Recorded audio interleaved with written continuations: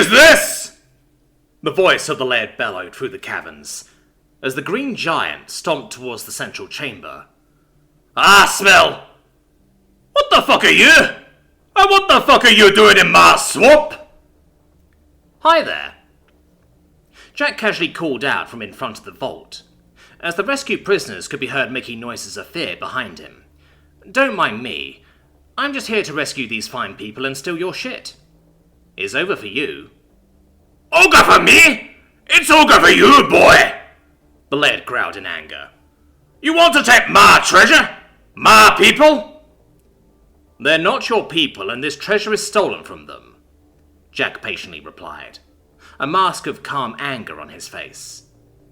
And not only that, an unfortunate few have even starved to death, and we were lucky to help the rest. Do you even realize the full extent of what you've done here?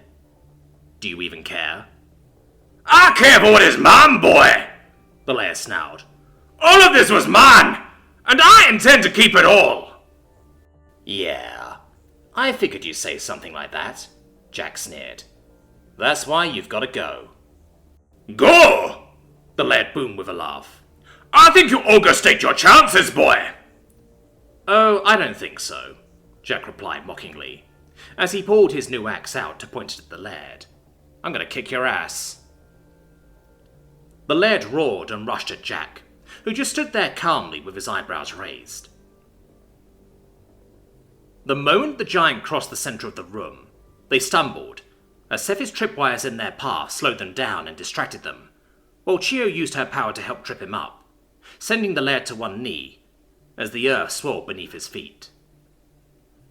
The greater earth spirit that had been lying in wait had little problem grabbing the limbs of the laird as he tried to escape the trap, holding him down as Jack casually walked up to him. What? Did you think I'd fight fair? Jack calmly asked. I'd rather not, I'm afraid. After fighting the cult of the Destroyer, I had to fight the clowns, with other psychos around and in between. I'm rather tired, to be honest. And after seeing firsthand the abysmal way you've been treating these people you're meant to be responsible for, I don't really think you're worth the effort. He nodded to Zale, who had hidden in the corner, who gave the order to the Earth Spirit, as it slowly dragged the laird down. Damn you, boy! The laird yelled in defiance, as Jack began walking away back to the vault. Damn you! Ogrecharge, Jack growled, suddenly letting loose with a heavy photon shot that smacked into the laird's head. He didn't know if it had killed him, as the Ogre's head snapped back, but either way, the laird stopped struggling as the greater Earth Spirit pulled him down and buried him deep into the rock below. Did you catch that, Fetchy? Scifi asked, the lister over comms. I've already sent the video your way. Yes, Miss Hawker. I am satisfied that the laird is no longer a problem. Please hold your position and guard the prisoners. We will be with you shortly. My operatives are just wrapping up now. It didn't take long for the lister to show up after that. Chio noted to the others how impressed she was that they had been able to resolve the situation in the district as quickly and efficiently as they could, and the Alifi would be surprised indeed if any of the lister squads had taken casualties. I suspect that Clan Ashtel does more than just run a tea garden, she mused, as Jack and Scifi shared a look of mutual understanding, before they were all surprised as Vetch Ashtel appeared in the flesh, flanked by several of the lister operatives. Critch was by his side carrying a black briefcase, and several more of the rat-like beings were behind them with auto-mules. Well now, Vetch Ashtel smiled as he raised a hand to halt his people. I think this is the happiest ending we probably could have hoped for.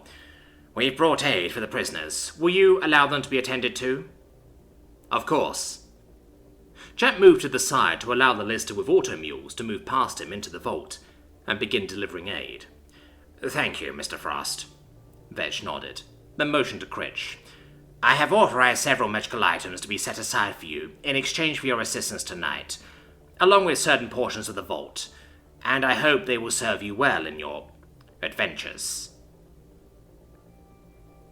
Critch casually walked up to Jack and opened the case, revealing an interior of grey protective padding, in which were 5 bottles of varying liquids, 3 brooches, and a thin, white walking cane. So, yeah, guys, since we're good with alchemy and stuff, we've got a couple of potions for you. They're all labelled, and I'm sure you can confirm if you want, Chio. Gaseous form, in large size, protection from acid, quick retreat, and clairvoyance. Chio quickly confirmed, seconded by Zale. Very good. Heh, just don't be tempted to use the enlarged size one in the bedroom, Jack. It doesn't work like that. Critch grinned, though his face sobered on seeing the disapproving looks of the others. Alright, these 3 brooches are all brooches of disguise. Just picture who you want to look like when you pin them on, and you'll look like that.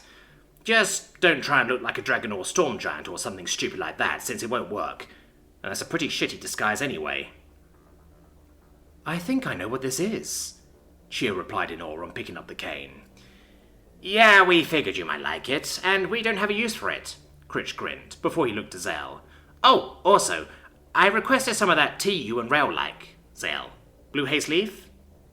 Oh, really? Zale perked up excitedly. Thank you, Critch, you shouldn't have. Hey, it's no problem, Critch replied, embarrassed, as he scratched the back of his head. Anything else? Scifi asked. Oh, you can keep the briefcase if you want. Now, if that is to your satisfaction, Vetch interrupted. I know we only wanted part of the vault's contents. However, there are far more people here than I thought there would be. To that end, I would like to make an offer for the entire contents of the vault, as well as anything left in the Laird's lair. Huh, Jack replied, a little put off by the change. This was usually the part in films or on TV where things went bad. There is no threat being made here, Mr. Frost, Vetch quickly pointed out, recoiling slightly. Nobody here is stupid enough to pick a fight with you. I simply suspect sorting people's various belongings may be too tedious for you, and this will save some time. Besides, I am optimistic that we can work together again in the future, along with Miss Hawker and possibly the rest of your friends too. He had been generous so far, Chio advised Jack, though I can't help but feel that this was planned. We still have some loot from the prefect's lockup to go through, Scifi reasoned, whispering to Jack. We don't need to add to that if we can exchange it for something cool. I'd be open to that, Jack nodded. It's important that the people that suffered under the Laird's rule are able to build themselves back up. If Zale has anything, they should probably take it from the vault first, though. Well, I don't ask that of you for free, Vetch nodded with a sly smile, as he reached into a pocket, before holding out his hand to present an object that made Chio gasp. The orange, translucent crystal was perfectly rounded, and glistened in the gloomy cavern with warm, yellowish light that radiated from within its center. Gazing at it, Jack felt a sense of calm and peace in his mind that he quickly shook off, remembering where he was. That's a fancy-looking rock, Scifi pointed out. That is a life stone, Chio told him. Has to be. That is correct, Miss Darcy, Vetch smiled slyly. Though this is of a lesser variety, it is still quite potent and valuable. As it happens, Clan Eshto acquired it recently, and we don't need it. I think it will serve as an acceptable trade. Everything in the vault we were going to take for 1 stone? Scifi asked skeptically, but Chio excitedly nodded to Jack. All right, Jack began, raising a hand to calm his companions down. Let's just pretend for a moment that I've magically appeared not knowing anything about this universe. What does it do? When this stone is placed in a body of water, it purifies and enchants it with healing energies that instantly remove all dirt and impurities from your body when you bathe in it. Stay in that water, and it will energize and refresh your body too, Vetch explained clearly for Jack to understand. However, you can use it to enchant drinking water too. Drinking said water will destroy most known diseases and poisons, but it will also boost your body's natural healing abilities, allowing for quicker recovery. I can think of an immediate use for that, Jack nodded. He looked to the others, who nodded enthusiastically. We have a deal. Excellent, Vetch smiled, as he handed the warm-to-the-touch crystal to Jack, before turning to the rest of his clan. Now, let's get moving, people. Sorry we're late, Jack told Sigrid and Barzum as they were welcomed back to the temporary hospital. I know we promised to come back and help last night, but we were exhausted and something came up. No apologies needed, Jack. The Hodov nodded in understanding. We have enough healers to go around, and it's been a lot easier the more we've been able to discharge victims. Well, we have something that'll make it easier, Scifi grinned as she pointed to Jack, who pulled out the life stone and showed it to her. Peering at the stone with wide eyes, but taking care not to physically touch it, Sigrid grinned. Your team may have just saved us a lot of work, and some victims' time and pain. Follow me. Your friend Alora is nearby, attending to the squaw car. The group had made a beeline for Clan Barzum territory, as soon as they had wrapped up their business with Clan Ashtail. Zale didn't have much they wanted to recover from the vault, noting to the others some herbs they and Rael had cultivated to help pay their rent that Zale thought could be used to help brew something to help Dante, once Rael had recovered themselves. From what Jack understood, while Zale was a shaman who was able to focus on communing with spirits, Rael was a druid who focused more on nature itself and would be better suited to help treat a sick animal. Either way, he was glad to get to know two of his new friends a little better, even though one of those friends was currently in a coma. But perhaps that would change. He took the life stone out of his pocket and knew that it could run out of charge before it would need to be left alone to automatically replenish its magic. Chiyo had clearly been impressed by it though, and it sounded good to Jack, but just how powerful was it really? Jack was encouraged to see the corridors mostly bare and quiet, whereas before they had been packed to the brim with medics and victims. Yeah, we have a bunch of victims still with us, but they've been seen by the healers, and we set them up with accommodations elsewhere, Sigrid told him when he had asked. There's a few clan medics with them, just in case any complications arise, but for the moment, we've offered them sanctuary until the fallout blows over and they can secure accommodations in the event that they've been made homeless. Sounds good, Jack nodded, before he remembered something Critch mentioned earlier. You and your clan aren't going to bug yourselves in the process of doing this, are you? I should hope not, Sigrid chuckled, before her expression turned serious. We have funds saved away for emergencies, but that won't change the fact that our enemies may make a play. Hard times are ahead, so we've got to be alert. We're primarily a trading and mining clan with several holdings around the ring, mostly this area, but trade has a tendency to dry up when things go to shit. Anyway, here we are. Sigrid opened a sliding door to reveal Alora, dabbing a wet cloth against the forehead of Rael, who seemed to be breathing normally. Wrapped around their head were several bandages with different types of compressors to reduce the swelling. Hey, Alora, Scifi greeted the tired Aladri. Sorry we're late, but by the gods, we have a hell of a story for you and the others. Hello, everyone, Alora tiredly smiled. I take it you've done what you needed to do, at least? And more, Chiyo told the Aladri. We have a lesser life stone. You're serious? Alora asked, as Jack took it out and showed her. She touched it and felt the smooth crystal radiating warmth. Looking up to Sigrid with a wide smile of amazement, she asked one simple question. Do you have a bathtub by any chance?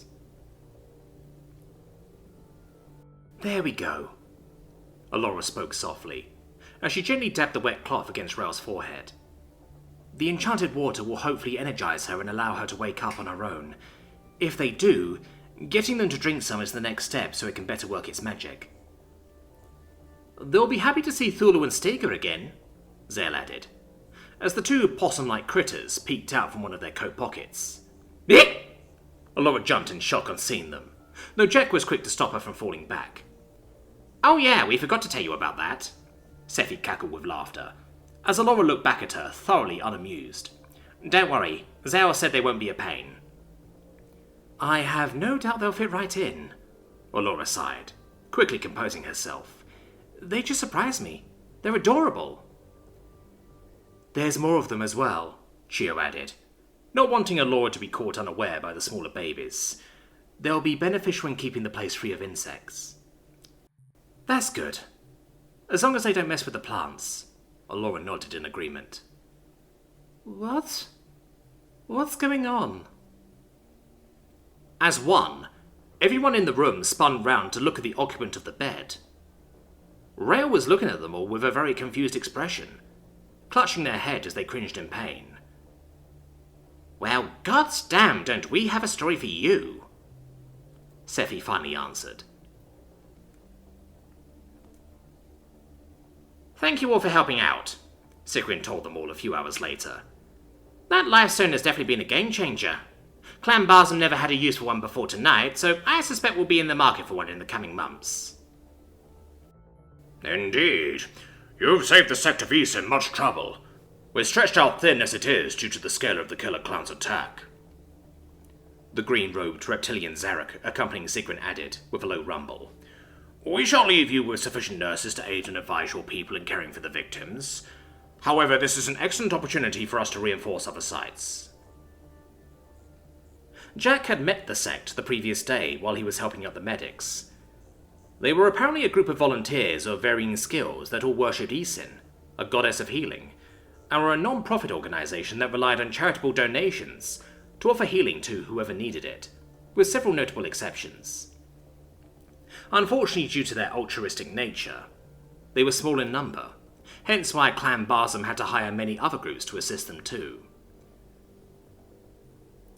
We understand, Dr. Kirkheis, and we're glad you're able to help as many people as you can.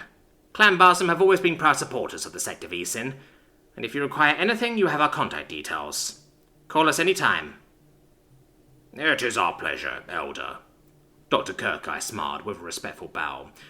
And as for you kids... He turned to them all with a glint in his eye. As I mentioned earlier to Mr. Frost, our sect offers free courses and online resources in first aid. It will be our pleasure to teach you. Please book an appointment using our online form if you're interested. The spread of the healing arts is always something we aim to foster at the Sect of Isen. Thank you, Dr. Kirkheis. Laura nodded respectfully, as the man took his leave with several of his fellow volunteers. We will be sure to do that. That was a good idea to ask, Jack, Chio added after he had left. Learning some basic first aid skills will probably come in handy sooner or later. I think if we book it, we should all sign up. I have a bunch of medic stuff linked to my comlink, Scifi shrugged. I don't really need to. There's usually a difference between having a medical journal on you and actually knowing what you need to do, Sigrin added with a shrug. And in my experience, you don't get enough time to get to the right page while your friend is bleeding out on the floor. Well, I think it will be a good activity for all of us to do together, Laura replied, in a tone that would allow for no debate. And I'm sure Nika would agree too. She's going to go insane from spending all this time on the shelf, Scifi pointed out, but it might be good to get Vanya into doing something with us. Apparently she had a panic attack while we were out. I know, Nika sent me a message, Laura sighed. Vanya will heal and get better. We just need to give her time and whatever she needs when she needs it, even if it's just you lending an ear to listen or a shoulder to lean on. Speaking of healing, Jack spoke up, are you sure you want to discharge yourself, Rael? No offense, but it's probably a smart move to stay here and let the nurses keep an eye on you. You're still pretty badly hurt. Thank you for your concern, Halvier, Rael politely began. But as a druid, I am able to heal myself now that I am awake, and to do so most efficiently, my body must be touching the earth. That could probably be arranged here, Jack shrugged. But if you know what you're doing and the doctors have cleared it, then just let us know how we can help. A few blankets and shelter from the rain should do it, Rael smiled. It's something I do often, so please don't worry. All right. The shuttle is on its way to take you home, Sigrin interrupted after receiving a message on her comlink. I've got to go. We'll contact you soon once we pass this mess. Thank you, Sigrin, Laura smiled as they parted ways.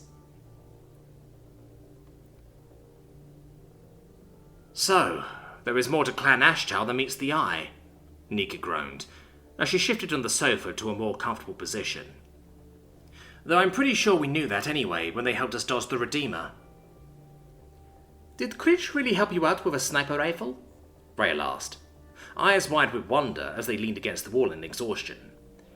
And with that, it's time to get you to bed, Jack grinned, as he handed Rael a stack of blankets, but the gecko would camp out in a sheltered part of the garden next to the house for the night to heal. You can ask him for the story later. I'm meeting up with him early tomorrow." "What for?" Alora asked. "He and I promised to help Kizareth with something while he's in his induced coma." Jack shrugged embarrassedly. "Guy stuff. I'm meeting him at the tea garden, then we're heading into Red Legion territory, but I don't plan to make it a long trip." "I'd watch out for Luvia if you go there," Nika cautioned. "She's pissed she didn't see you during the party, and I think she has plans for you, Jack. She sent me a few messages asking about you while you guys were out helping Zale." "Tough shit," Scifi opined. "Miss do what I want because I'm a rich bitch dragon can just deal with it. Jack doesn't owe her a thing."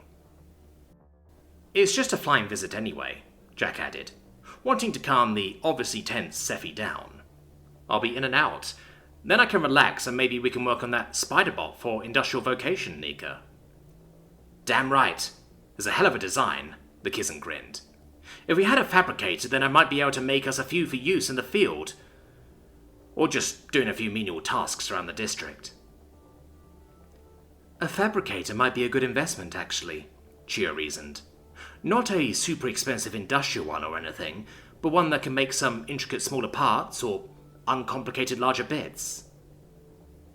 "Would we even have the funds for that?" Scifi asked the room. "We might do, but only just," Alora told them after thinking for a moment. "We've locked in the hot tub, and it is true we have a lot of funds we should spend before they either drop in value or drop into nothingness. I was thinking we spend it on long-term suppliers or pay our bills in advance." "Rail and I had a lot of food supplies preserved and packed, which we recovered today," Zale pointed out. "Plenty to go around. Plus we have some crops we can plant. With Rail's magic, they will be sure to thrive." "We will need more supplies than just food, surely," Jack argued.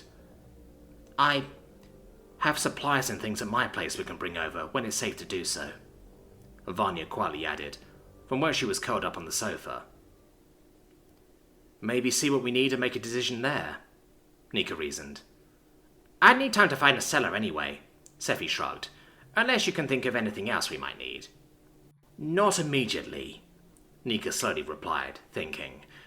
"I know you wanted to clean the district up, Alora, but maybe we can put that on the back burner. At least with a fabricator we can use the debris for it. And that reminds me, there's another thing I want us to do when we have the time or inclination. It'd be pretty sweet if we could fix up the shuttle." "How will we even begin with that?" Chio asked curiously, knowing Nika would have an idea. "I was thinking we'd just take some sheet metal from the local scrapyard and start by welding us a hull, and any other features we might need." The Kizan grinned, positively salivating over the prospect. "We can think about the more complicated bits while we do it, since those will be harder to get anyway." "Sounds like a good idea, Nika," Alora yawned, as she plonked herself on the sofa. "But why don't we start in the morning?"